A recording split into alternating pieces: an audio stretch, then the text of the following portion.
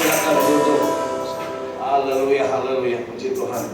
Mari kita cepat memberikan salam daripada surga. Ready, siap, 1, 2, 3. Shalom. Di dalam nama Bapa, Anak dan Roh Kudus, setiap paket-paket saudara, setiap bank-bank saudara diisi apa? Diberkati uang. Diberkati dengan uang. Amin. Jadilah menerima, jadilah menurut imanmu yang sama-sama menerima Tuhan, sama-sama katakan amin. Beri kemuliaan kepada Tuhan. Haleluya, haleluya. Sekarang ini lebih spesifik ya. Ya, kalau berkat itu umum. Jadi sekarang tengah lagi COVID-19 ini, biarlah ya tiba-tiba kamu cek di bank ada uang. Dari mana? Wah, 1 miliar. Tuhan boleh melakukan, amin. Bagi Tuhan tidak ada yang mustahil, amin. Macam tidak yakin. Bagi Tuhan tidak ada yang mustahil, amin. So imani. Ya jangan kamu sekarang ini pakai online saja, tidak perlu kamu balik-balik pergi bank. Tapi GTM sekarang cek saja. Oh Tuhan, saya beriman, saya percaya Tuhan. Karena yang terjadi di tempat lain, terjadi di gereja lain, dan dia berdoa, imannya itu luar biasa. Daripada yang tidak ada menjadi ada. Kita tidak tahu bagaimana, ya.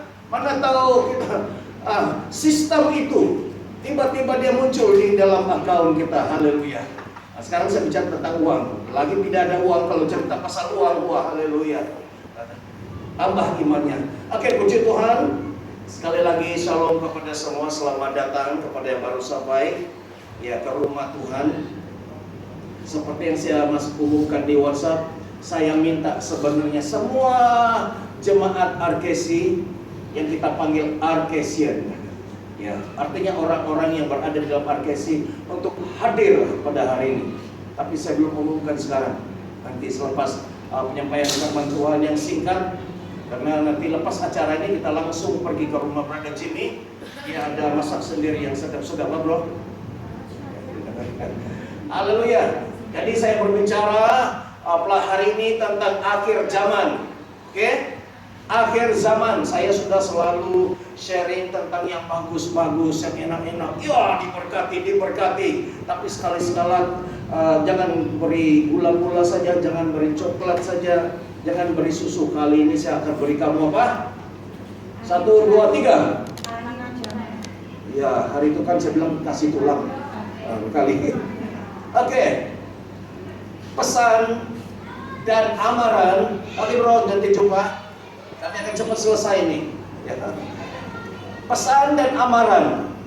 Pesan itu satu hal, tapi kalau amaran itu hati-hati di akhir zaman.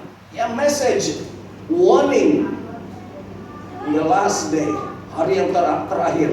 Dengar baik-baik. Saya tidak banyak cakap. Orang bilang cakap banyak pun tidak guna. Cakap 1, 2, 3, bye-bye. Kau terima, tidak terima. Wah. Oke. Ada satu sistem dunia, New World Order. Di dalam bahasa Indonesia Malaysianya dipanggil apa? Ya? Apa? Coba. New World Order. Pemerintahan baru. Yang normal. Ya bro, pernah dengar? Boleh lah, sama lah. Dunia tatanan baru. Ya, dunia tatanan baru. Ya. Ini sebenarnya sudah lama ini. Mereka ada satu kuasa di dunia yang mengatur ini. Order, tatanan, cara, perintah dunia. Mereka ini telah ada satu grup yang mengatur dunia ini. Ini luar biasa. Kalau orang pintar-pintar, orang kaya-kaya yang berkumpul, mereka mau kontrol satu tempat, mereka mau ubah. Mereka lihat ini gambarannya. Ini orang ini hanya gambaran contoh. Mereka bertemu ini dari seluruh dunia. Orang pintar-pintar, orang yang kaya-kaya, orang yang berkuasa berkumpul dan berbincang. Bagaimana dunia ini kita mau apa yang terjadi? Orang ini supaya mereka boleh kontrol dunia ini. Mereka ini kontrol, masing-masing punya kekuatan keuangan. Mereka ini menguasai semua sistem. Internet, Bill Gates, Soros, Kamu pernah dengar nama ini? Orang yang menguasai keuangan, menguasai internet, menguasai segala macam. Kenapa kalau tidak kita berkumpul menjadi satu, ada pemerintahan baru dunia? Kan kalau di negara, kalau di Indonesia ada sistemnya sendiri. Dia bawa, mari kita, orang yang pintar-pintar dia pilih. Dengan Jokowi kan, mesti dia cari orang yang boleh sama-sama dengan dia. Kalau di Malaysia lagi susah mau cari sekarang karena banyak pilihan, susah mau dibawa. Jadi terpaksa kongsi-kongsi mereka. Mereka akan cari orang yang pintar-pintar dan boleh kerjasama dengan dia supaya boleh memerintah negara. Itu bagi satu negara, tapi ini satu dunia. Dan mereka ini sudah ada kontak, ada hubungan, kontak di negara. Bagaimana kitanya? Ini untuk keuntungan kita juga. Nanti kalau untung kita bagi-bagi. Kita yang kontrol. Itulah sebabnya ini dia. Ini Illuminati. Mereka membentuk satu sistem ini di mata uang dolar US ada ini, ya. Ada yang di atas itu 3 segi. Dan maka timbullah satu istilah teori konspirasi. Ini agak tinggi, apa ya pastor? Ajar nih ya pastor. Janganlah. Dalam bahasa Inggrisnya konspirasi teori. Teori konspirasi. Kamu tahu apa ini?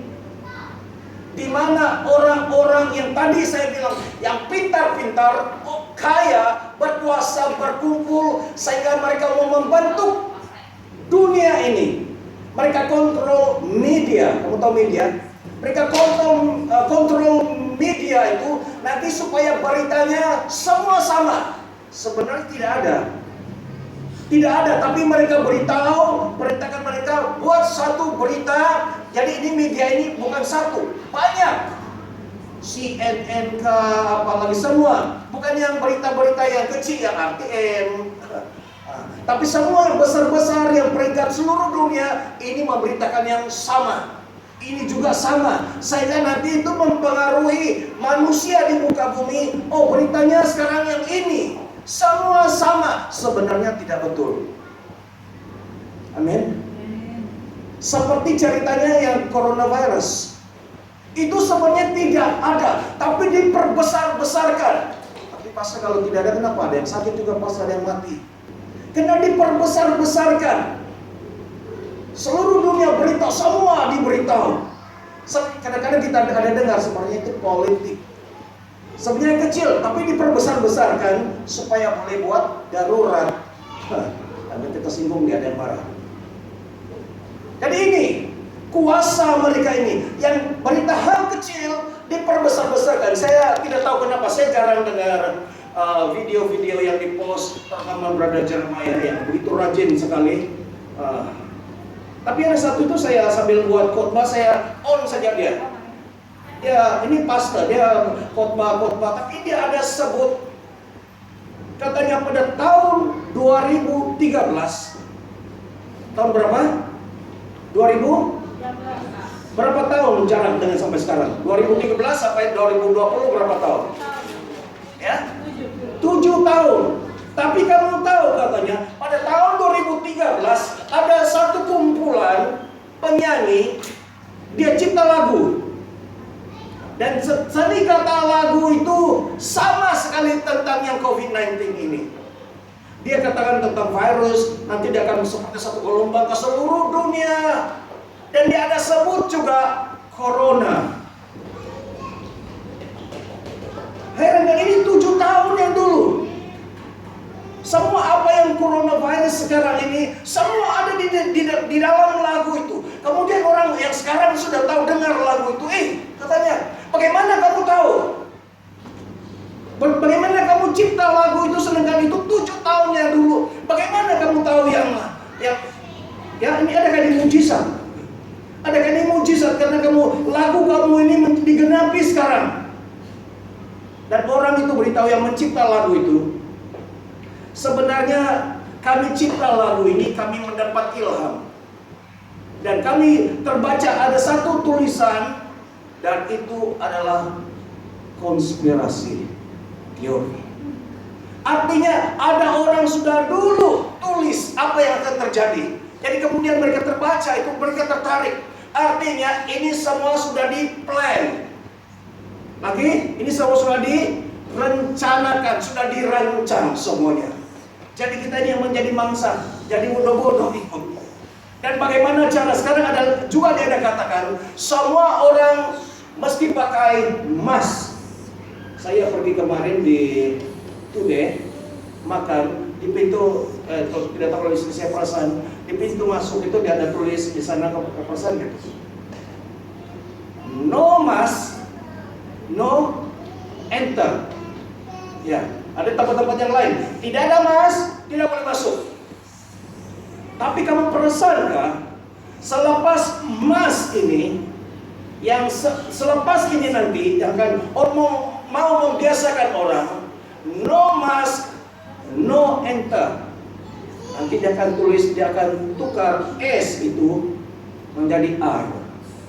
Coba, no mark, no enter. Kamu tahu apa itu mark? Ini bukan Markus, tanda. Dan tanda itu apa?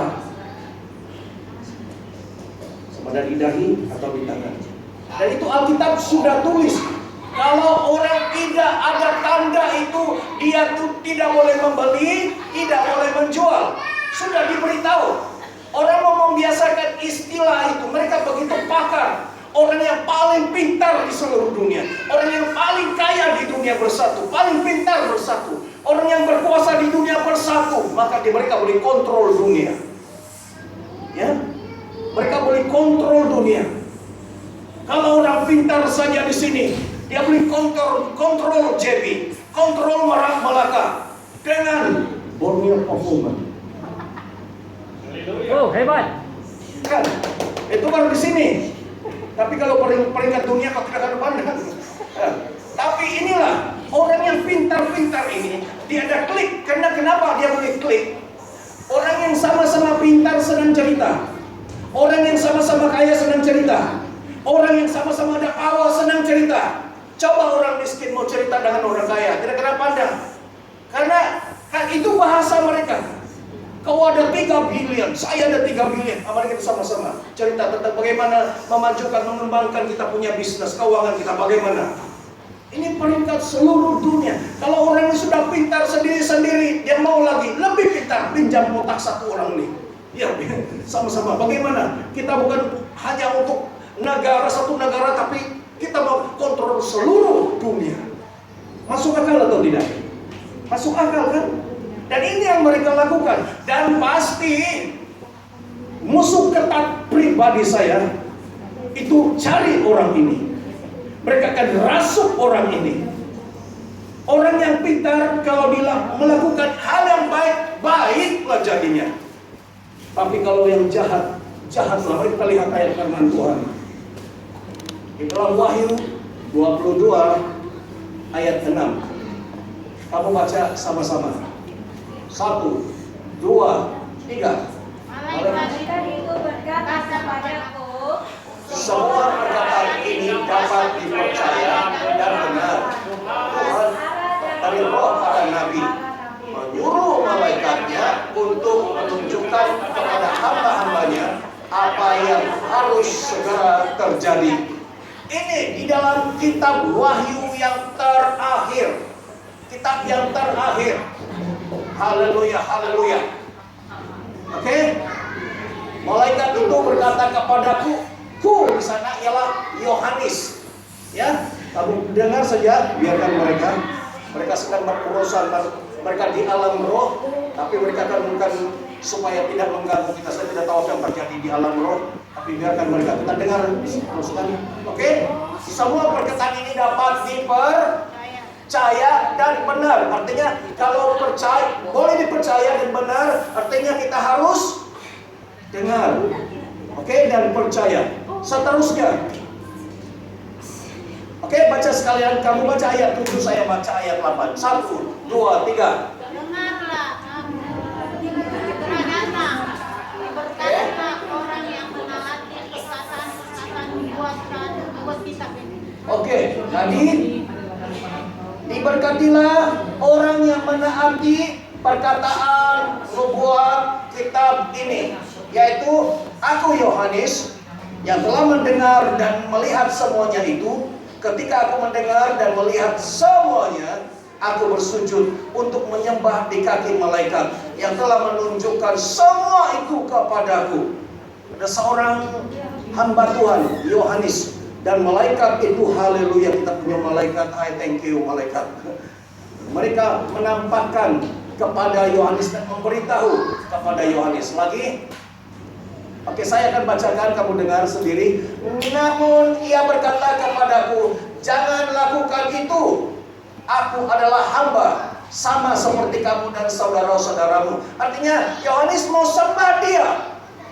Kan? Bila datang, oh Tuhan Yesus, dia bilang, aku bukan Tuhan Yesus lah, aku malaikat. Jangan sembah aku, kamu sembah Tuhan, jangan sembah aku. Oke? Dan para beserta seperti mereka yang menaati perkataan-perkataan dalam kitab ini, sembahlah Allah. Tapi ada orang, bila sudah luar biasa, dipakai Tuhan dengan luar biasa, mau disembah oleh manusia. Jangan sesekali. Penyembahan itu hanya layak hanya untuk Tuhan kita Yesus Kristus. Oke, yang seterusnya saya bacakan. Kemudian malaikat itu berkata kepadaku, jangan menyegel. Apa kira-kira bahasa Indonesia itu menyegel? Coba yang pakar bahasa Indonesia ini. Menyegel, mungkin dari kata segel. Menyita, maksudnya sita. Oke? Ibu Rita, menyegel. Ini maksudnya. Di lock lah. Jangan di lock, jangan dikunci. Jangan sita lah. Jangan menyegel. Jangan sita, jangan dikunci, jangan di stop, ya. Jangan mengunci, jangan stop, jangan memberhentikan perkataan-perkataan nubuat dalam kitab ini, karena waktunya sudah dekat. Biarkan orang-orang berbuat jahat tetap berbuat jahat. Orang yang tidak suci tetap tidak suci. Orang yang berbuat benar tetap melakukan kebenaran, dan orang yang kudus tetap menguduskan dirinya. Artinya sudah sampai waktu kita tidak lagi pergi memberitakan Injil. Ya, sebenarnya kita harus memberitakan Injil, tapi ada orang yang keras, katanya sudah buang masa. Sekarang masanya adalah untuk kamu memelihara apa yang ada padamu. Yang mencari Tuhan, yang menguduskan diri, kuduskanlah dirimu. Karena waktu itu kejahatan sudah terlalu jahat sama sekali. Lagi saya bacakan sini. Biarkan orang yang berbuat jahat tetap berbuat jahat kayak ini. Sama kayak ini. Benar kudus. Dengarlah, aku segera datang dan aku membawa upahku untuk membalas setiap orang menurut perbuatannya. Tuhan datang untuk membalas menurut perbuatan masing-masing. Jadi apa yang kita buat?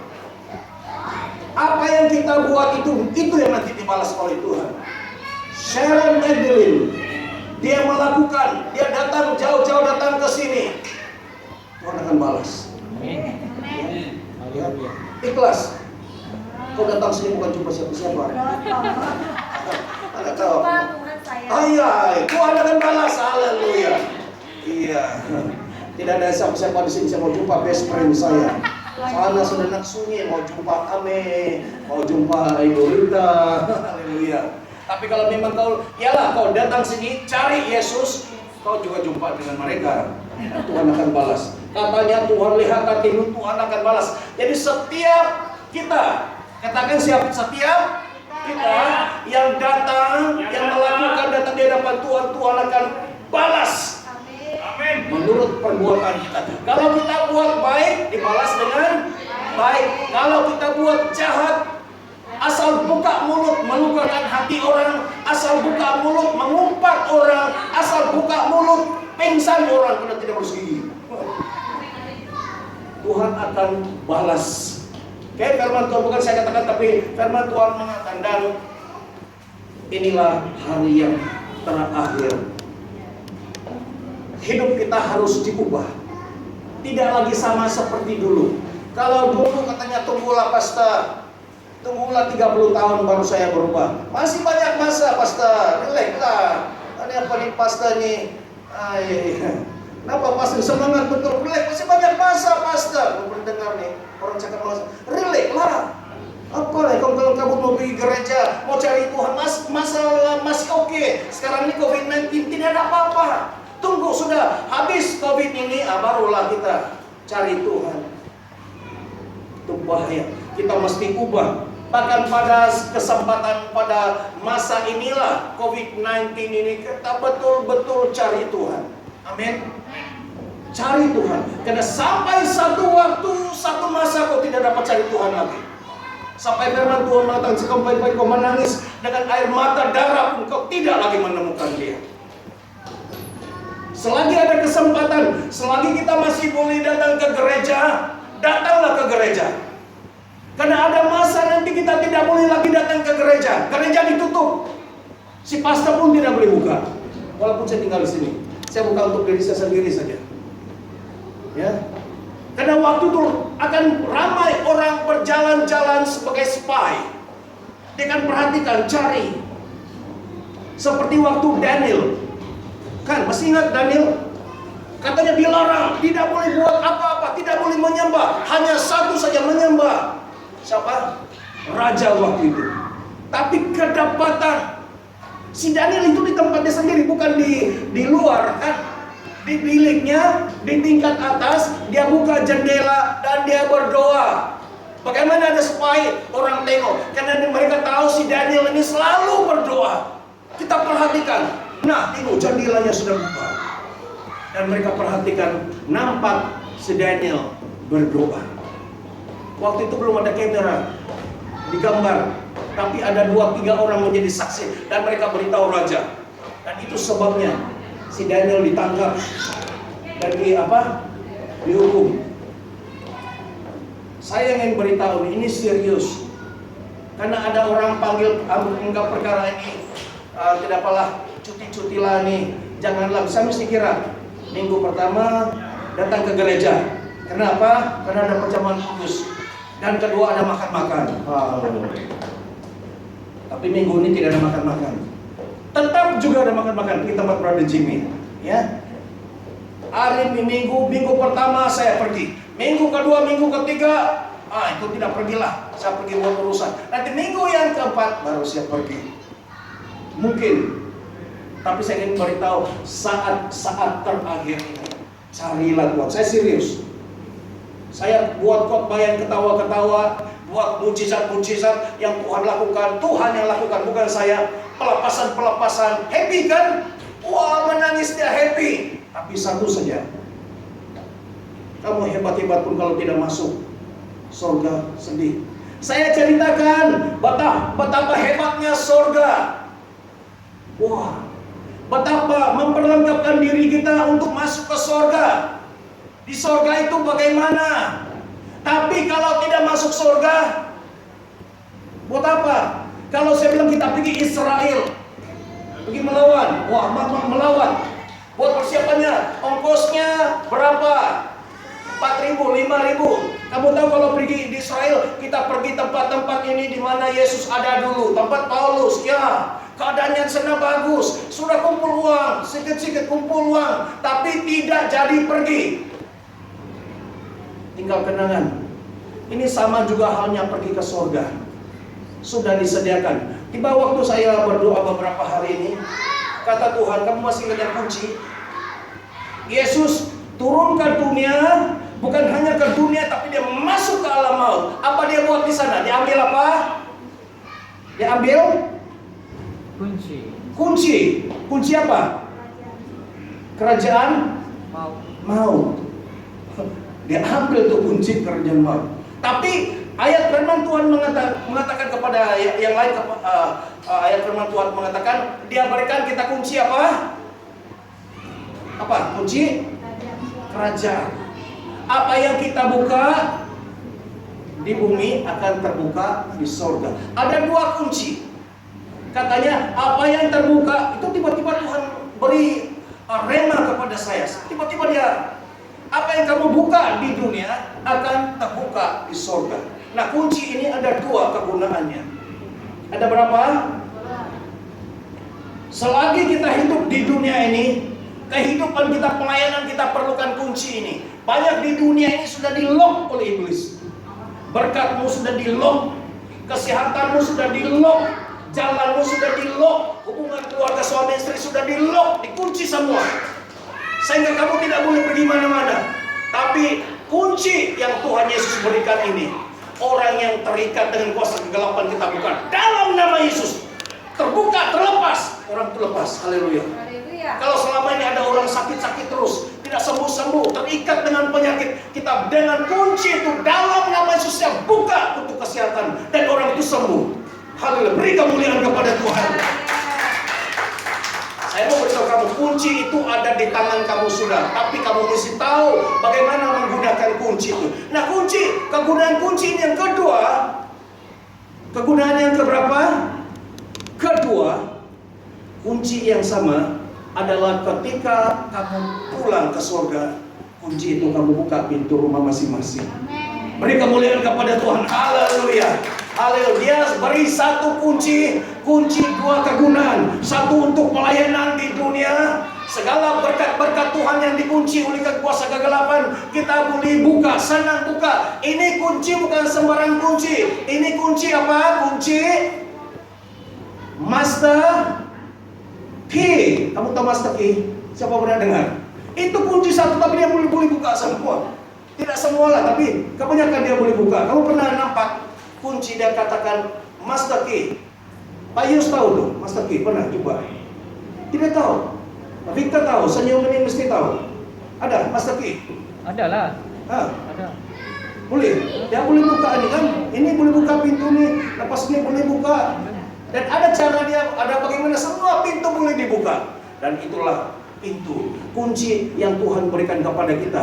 Bukan key yang kecil, ya, tapi ini master key.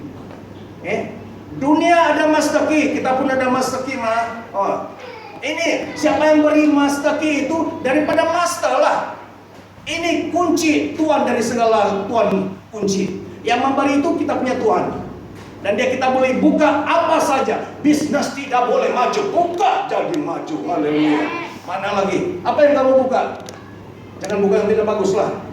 Buka untuk orang yang tobat. Ada orang hatinya terkunci. Cinta Yesus tidak mau. Apapun tetap tidak mau. Kau berdoa dalam nama Yesus. Saya buka pintu hatinya. Tiba-tiba dia datang. Ya. Hari itu kau cerita dengan saya tentang Tuhan Yesus. Coba tolong explain lagi satu kali. Apa dia punya cerita macam siok. Macam siap. Kalau kau tidak buka pakai kunci, kau ketok, saya tok, dia tidak akan buka hati dia. Ya. Biasa orang ketuk pintu, baru orang dalam buka.